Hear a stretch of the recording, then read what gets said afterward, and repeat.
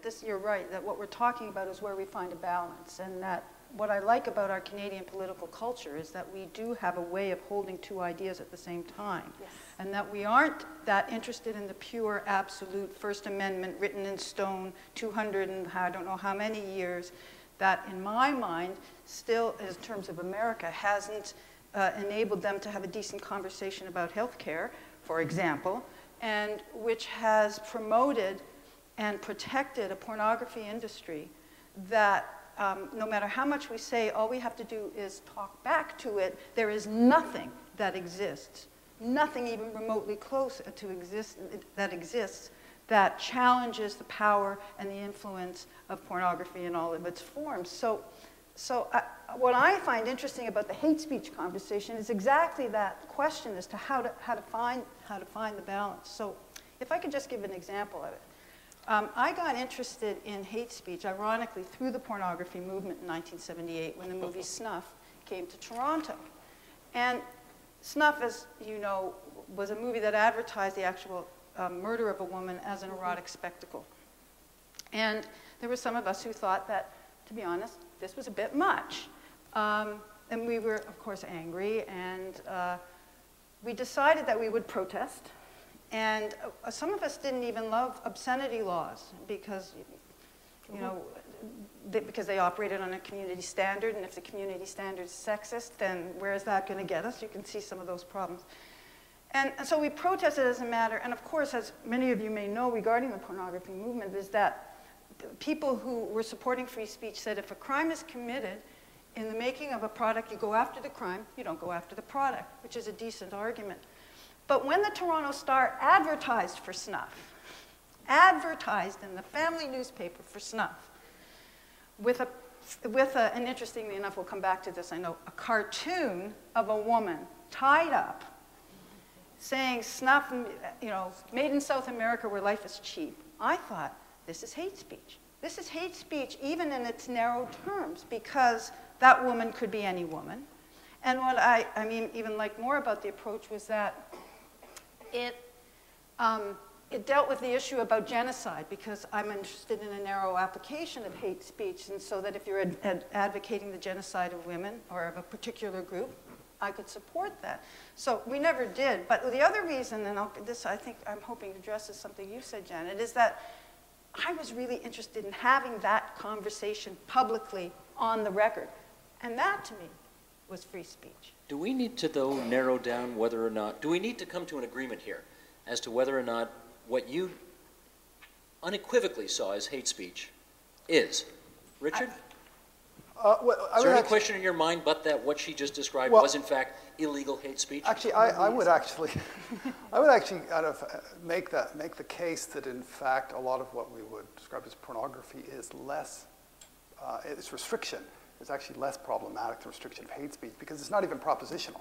It's not even about any kind of attempt, or it doesn't even pretend to be about a discussion or advocacy.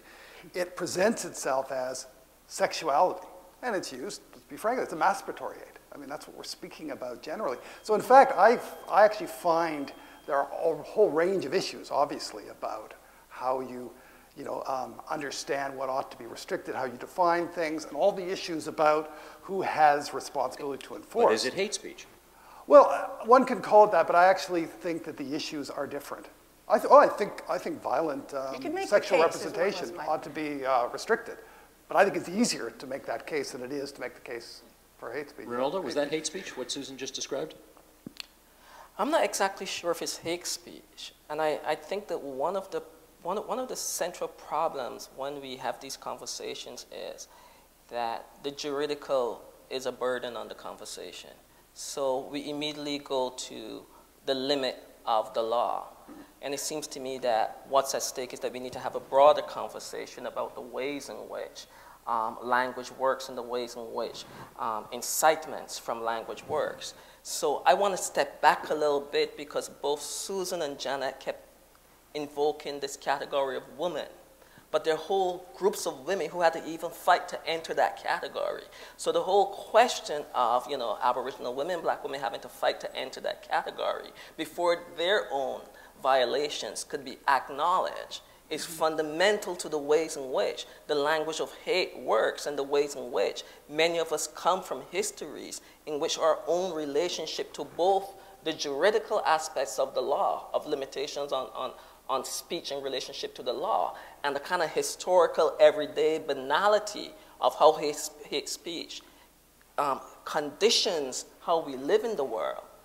We operate in between those two spaces, and that's the point that if I make any point tonight, the point I want to make is that the struggle around, for some of us, coming into language around these questions is crucial to the ways in which we as communities approach the juridical aspect of the law.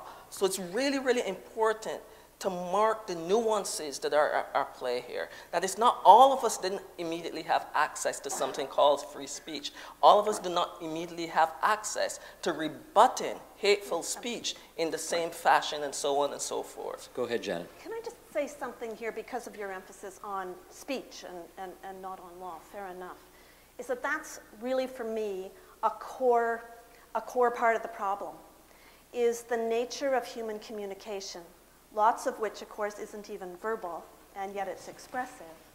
But even if we confine ourselves to what gets written or what gets spoken, is to understand what lies behind that, the intentionality, the attitude, and so on. We were asked in anticipation of this to think a bit about what makes it so hard to talk about hate speech. And or how hard is it, why is it so hard to define hate speech? And it struck me that part of that is it's so hard to define hate. And why is it hard to define hate or to identify it, the circumstances where you have hate, is because I was thinking, well, for one thing, it's an emotion. I feel hate. And since when was it illegal to have an emotion? I don't know. I don't think. And the other one I think is it's an attitude. It's an attitude. I could say the same thing with sort of one kind of intention and one kind of tone and one kind of attitude as I could say with a different kind of attitude. One is hateful and one is not.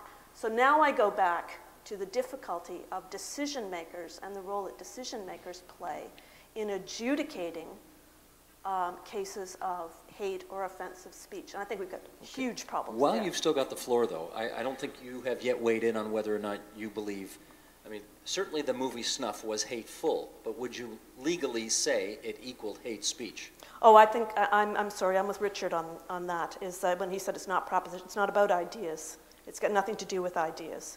So I don't think it's, in some sense, it's not even speech. It's something else. Do I loathe it? I loathe it. Absolutely. Oh, no, I'm sure we would all agree that Snuff isn't our favorite movie, but the question is it speech? But is it speech? Because certainly it was defended. That's terrible. Right. I said at least publicly. I said that's terrible. It was defended by the ACLU in America as speech, and it was defended here in Canada when we were protesting outside as speech. So. So I take your point, but I want to get back to your hate thing, because if you say there's no law against feeling an emotion, I would like to make the distinction between feeling the emotion and promoting hate, which I think is a different thing. So, that was why I was making the case almost as a hypothetical, because we never did follow through on it. But I think when you're on the other side of it, it's not an emotion. I think that this question is a question of perspective. When you're experiencing hatred, it's not simply experienced as an emotion. It experiences an identification with a problem that's launched at you, that's meant to make you other than.